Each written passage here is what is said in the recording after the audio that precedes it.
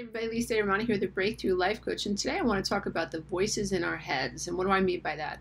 When I say the voices in our heads, I mean the voices and the narratives that we convince ourselves that we know other people are having about us. For instance, when we hear ourselves saying that, oh, I know why she said that. I know why she's thinking. You know what her sister's thinking? Her sister's thinking this, and this. You know, I just walked into this room and I know everyone thinks that I'm fat, or I know that everyone thinks that I'm a loser. I know they don't like my shoes. I hear them over there. They're probably talking about my shoes.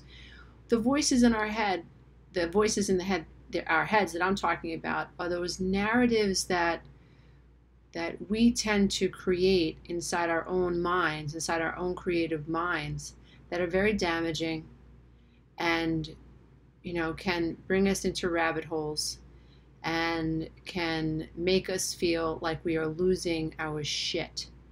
You know, when we think that we know what other people are thinking and the bells and whistles go off in our mind, and we hear ourselves saying that I know that she's thinking this, he did that because of this, and that, this, and they're probably saying this, and this, and oh my God, all the people at the office probably think this, and this, and my boss is probably telling them this, and this, and they're probably saying this, and this, and we're ruminating over these ideas and over these worries and over these narratives that we're assuming are true. And so many times, so oftentimes, I know on my own path, you know, I still have to catch myself from time to time. You know, I'm a lot more aware of it. I'm like, no, I don't know what they're thinking. No, I don't know. No, I don't know. Because I don't. I can assume that I know what someone's intention was. I can assume I know what someone is saying. I can assume it, but I have to be very, very careful of my mind space when I delve into, or when I begin to think I know what someone said and I know what they meant. Because the truth is, I don't unless someone tells me. And then even in those situations, you can confront a friend or whatever, and you know, let's think about somebody who's passive aggressive, right? So you think that they've just, you know, said an underhanded comment, and you confront them and you ask them to be honest, and they're not honest with you, and your gut tells you they're not being honest. That's really valuable information, and I think we should honor that, you know. But I think, you know, what we also have to take into consideration are the times where our mind just starts to run away, and it starts to, you know, have conversations in our own headspace about what we think people are saying. And it's very detrimental to our mental health. It's detrimental to our lives, and it can make us feel like we are losing it, right? And that's why I think it's important for us to recognize that so many of us are wounded from the past. So many of us have childhood trauma. So many of us are triggered by not feeling like we belong or feeling abandoned. And it's not that difficult to create a narrative to match what's happening in the now. So if I walk into the office and all the girls stop talking, you know, my mind is going to go, right? And it could, oh, it's they saw what I wrote on Twitter, and that's why they stopped talking when I walked in. Or maybe Carla told Mary what I said about Jane. Oh, that's why they stopped talking about me. Oh my God, they think I'm the worst person in the world. They're conspiring against me. Blah, blah, blah, blah, blah. This is very often, you know, the way a lot of our minds work. And what we have to do is we have to be aware of how we're processing information, and we have to be willing to challenge ourselves and to become aware of when our mind is doing that thing. When our mind begins to go to that place where we think we know what people are thinking, or we think we know what someone's doing. We know for sure, even though there's no evidence, no real concrete evidence that we know this is absolutely happening. We have to be careful about the mind's way of piecing in stories, piecing stories together to make what's happening in the now make sense. So like I said, you walk into your office, people stop talking. Your mind is going to create a reason around why they stop talking. And especially if you have childhood trauma, it's not going to be a good reason. It's going to be a negative reason, right? And so it's so important. One of the things that'll stop you from going down the rabbit hole, at least I hope so, I want to share what works for me, is recognizing that that is a symptom. It's not you. Having your mind do that thing that it does, it's a symptom. And it can be altered, and it can be alleviated, and it can become like clay in your hands. So the next time you hear your mind saying, oh, I know why she did that, or I know what they're thinking, and I know what they're talking about. I know what this is about. I absolutely know what this is about. Check yourself. If you are making that story up in your head, right? Or if your brain, your mind, your personality, the psyche is making up this narrative to match what's happening in the outside environment, know that your mind has the ability to observe itself. And that's really the mastery of the journey. It's learning to master the self, and learning to master the emotions, and learning to master the subconscious as well as the conscious field. It's about learning to be able to tap into how we feel, and then learning to observe how we feel from a non-reactive plane, from a non-reactive stance. So one of the things that I do is when I catch myself having a thought like, oh, they're probably thinking X, Y, and Z, I catch myself and say, I don't know what they're thinking. I don't know what they're thinking. I do not know what they're thinking. And then I'm able to hold on to tools like, it's okay, that other people have this perception of me, even if it's not who I really am.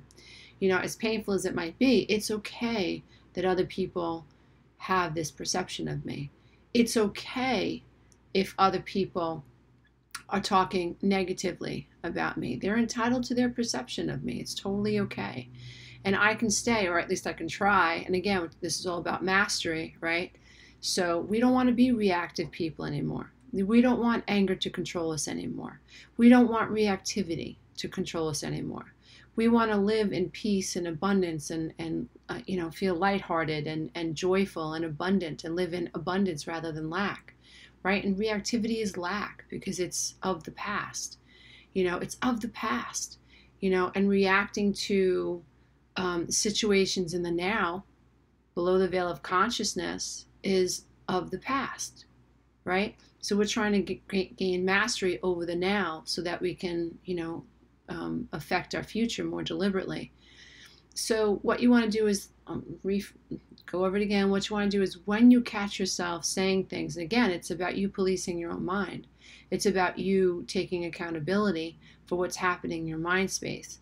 So when you're having a thought that is unproductive, or when you're having a thought that can take you down the rabbit hole, it takes practice, but it's up to you, it's up to me to recognize when that's happening and to challenge ourselves. So challenge the thought.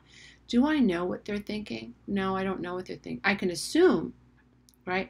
And that's a huge difference, because when your mind knows that you're assuming what they're thinking, it's very different than sending the information to your brain that because the brain can't tell the difference between a perceived threat, a real threat, a false threat. The brain can't tell the difference. So when the brain receives the information that I know they're saying this, your brain is going to behave. Bells and whistles are going to go off. Stress hormones are going to be released. You're going to have this fight or flight response reaction in your body, because your brain won't know that this is something that you're assuming. So when you clarify in your own headspace, I don't know what they're thinking. I don't know what they're saying. I don't know why they stopped talking when I walked in the room. I really don't. I think I know why, but I really don't. And then you want to that'll help give you some mental clarity. And then you want to back that up with, it's okay for them to have any conversation that they want. You can exercise detachment, and detachment will help you to not react to what's happening. Because when situations like that happen, like I said, you walk into an office, people stop talking, maybe there's some, snickering or whatever, and you're getting the feeling like they were talking about you. They might have. They absolutely might have. But your job is to not get caught up in that negative energy, and your job is to not get caught up into that lack.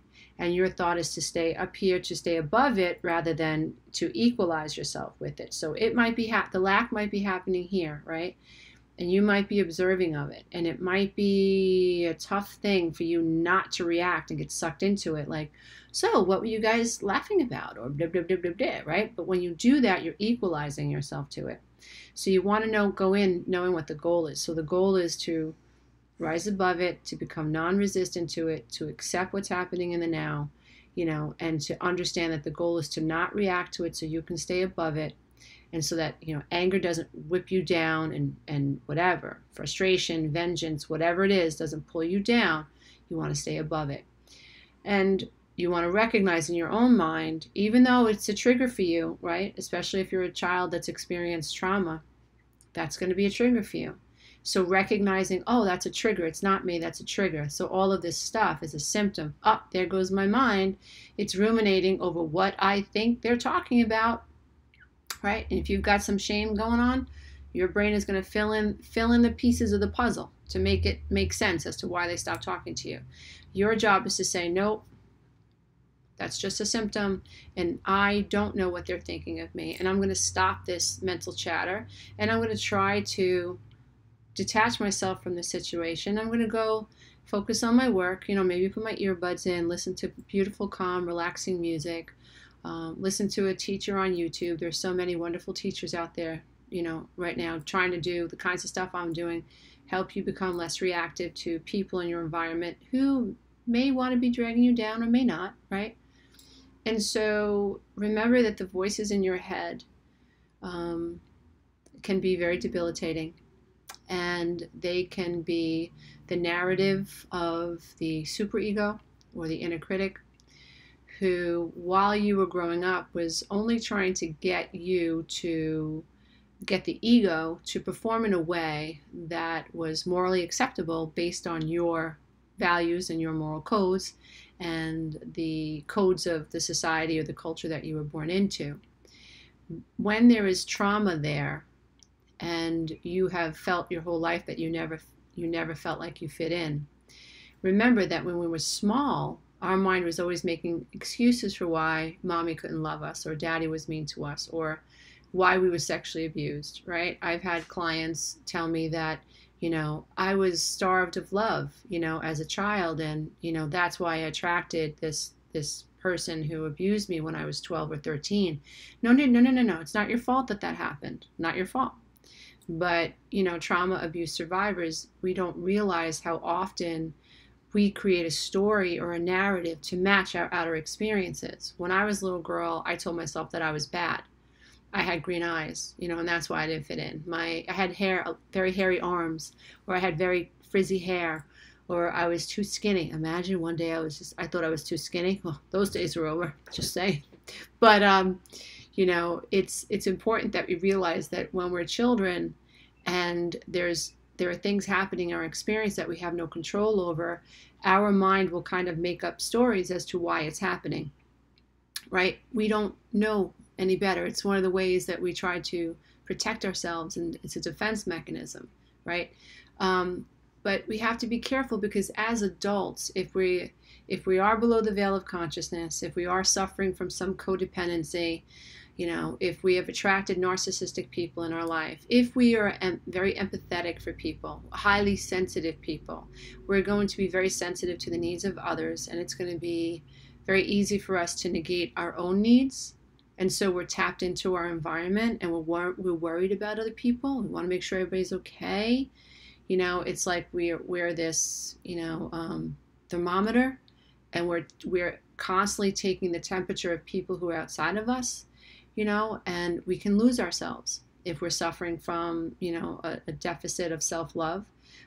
We don't love ourselves. We don't think that we're good enough. It's very easy for us to fall prey to the voices in our head, that fill in the spaces when something happens in our experience, that makes us feel off balance.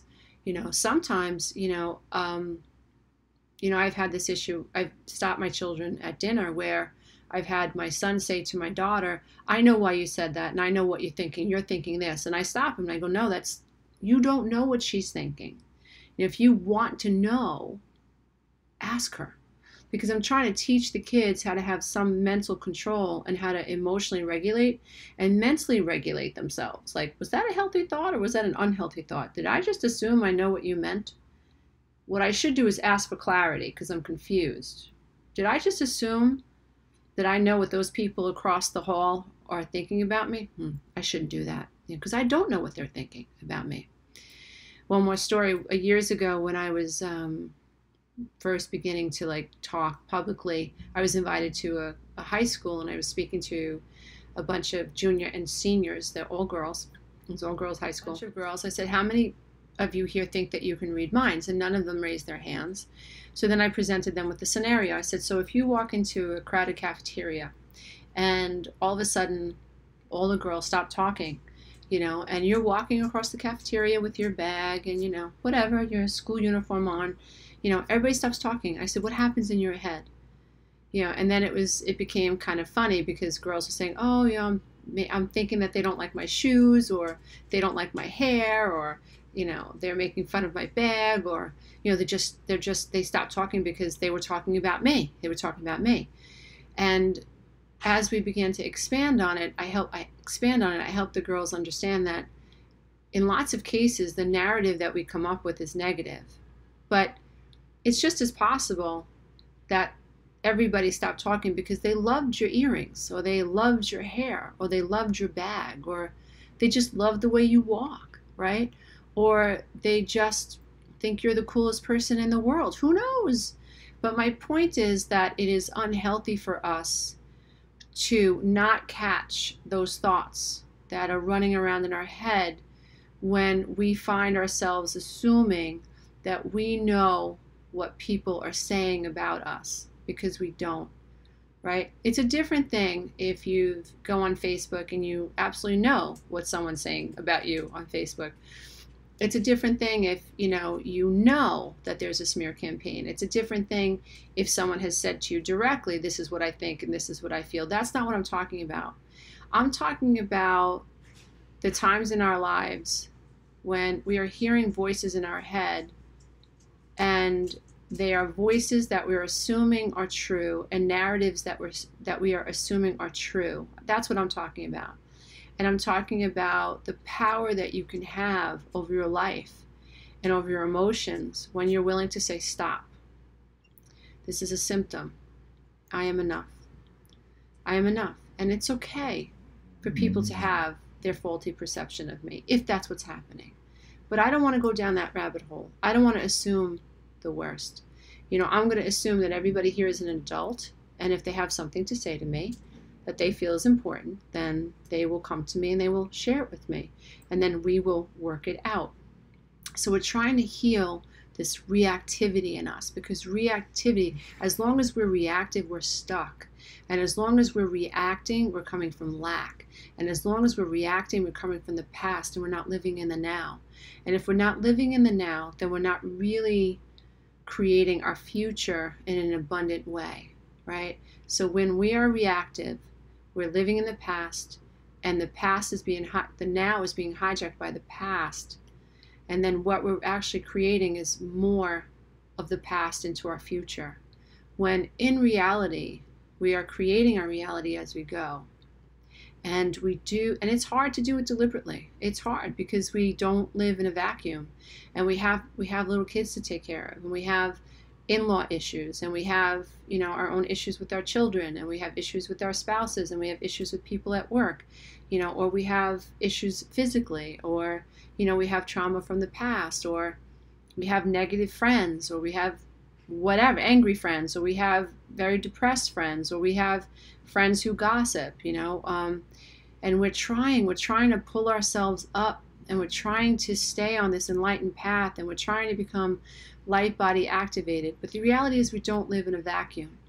And the reality is that if we're really going to make headway on this planet and in our very physical bodies, that are subject to the laws of nature and the laws of gravity, and we have a mind, or we have a brain that has these default settings that react to stimuli outside our control, right? Outside our control. So we're learning to navigate the hardware. It's tough. It's really difficult. And that's why I make so many videos, because I want to appeal to people who are on this path, and I want to help enlighten you also, because this is stuff that I'm learning as I go too. And if we can inspire each other, I think that that's an awesome thing. If you can turn on a YouTube video and then feel better and not so crazy and less alone, then that alone has released some resistance in you, which I think is phenomenal. I think that's the goal. The goal is to live a non-resistant life. The goal is to heal constriction within our body. And we do that by becoming accepting, believe it or not, of what's happening, and surrendering, even if we don't want what is happening to happen. We need to surrender to it. And we need to learn how to pay attention to what's happening in our mental field, so that we can make choices that are in alignment with growth, rather than make choices that are in alignment with lack. Because lack begets lack. And this is not easy to do, but if we focus on being accountable, and if we focus on at least trying to pay attention to the quality of our thoughts, and then do what we can to change those thoughts, to massage those thoughts, understand that thoughts are clay. That thoughts are clay.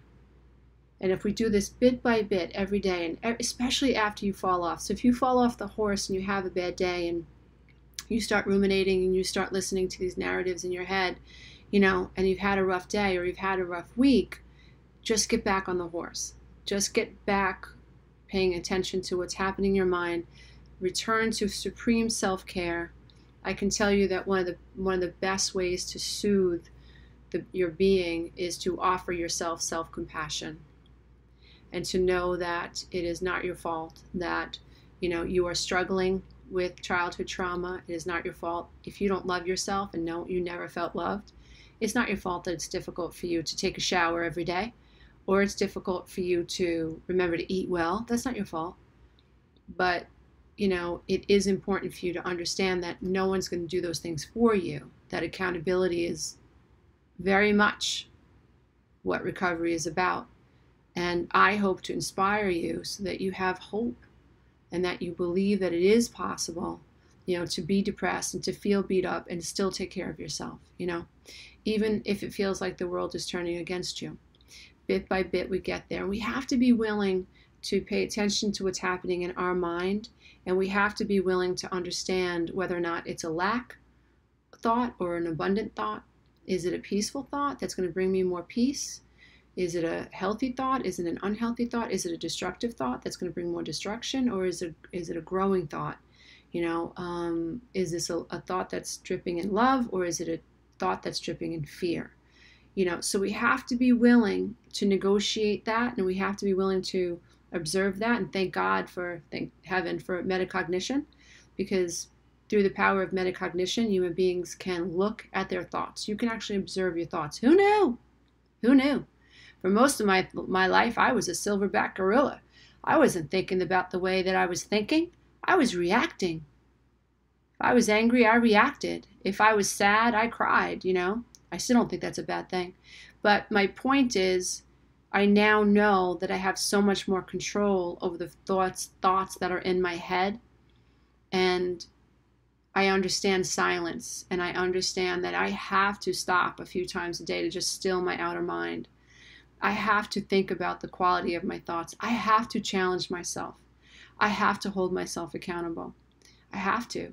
And I have to do what I can to choose thoughts that are healthier and more in alignment with what I want to experience in this life, which is peace, which is flow, which is abundance, which is love, which is harmony, which is growth. That's what I want to experience day to day.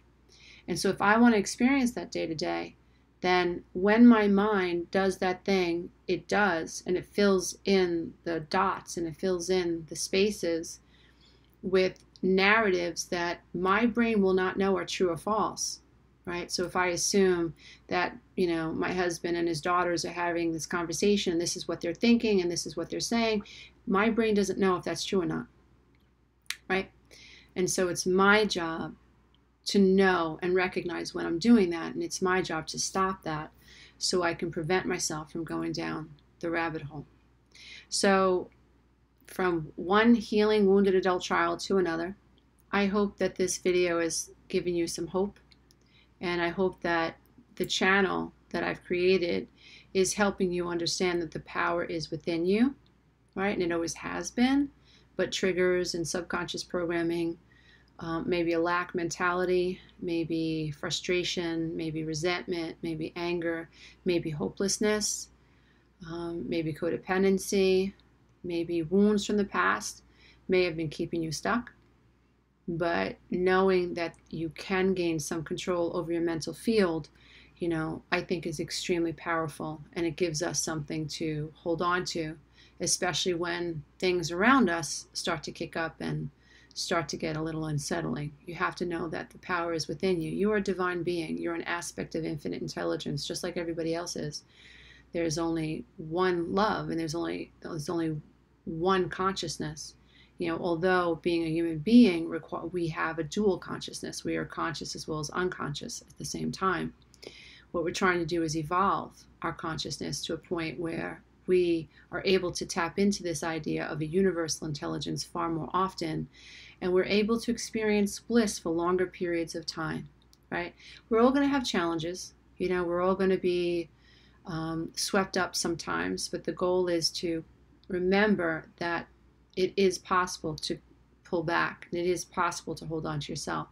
It is possible to recover and learn to take control of what's happening in your conscious field. And when you do that, you can control what energy you're emitting. And when you control what energy you're emitting, then what's happening is you're also controlling the kinds of people you attract into your life. So I just hope that this video has inspired some of you today. And I would be honored if you subscribe to my channel, check me out on Facebook. And for those of you who don't know, I have a membership site full of programs and videos and meditations and downloadable files, including The Road Back to Me. And you are free to check it out. The link will be below. So, and keep your questions coming. If you guys have any videos that you would like me to do, just feel free to drop me a line at my email, lisa.romano@lisaaromano.co. Honored to serve you, dear one. Namaste. I bow to the love and the light that is absolutely in you.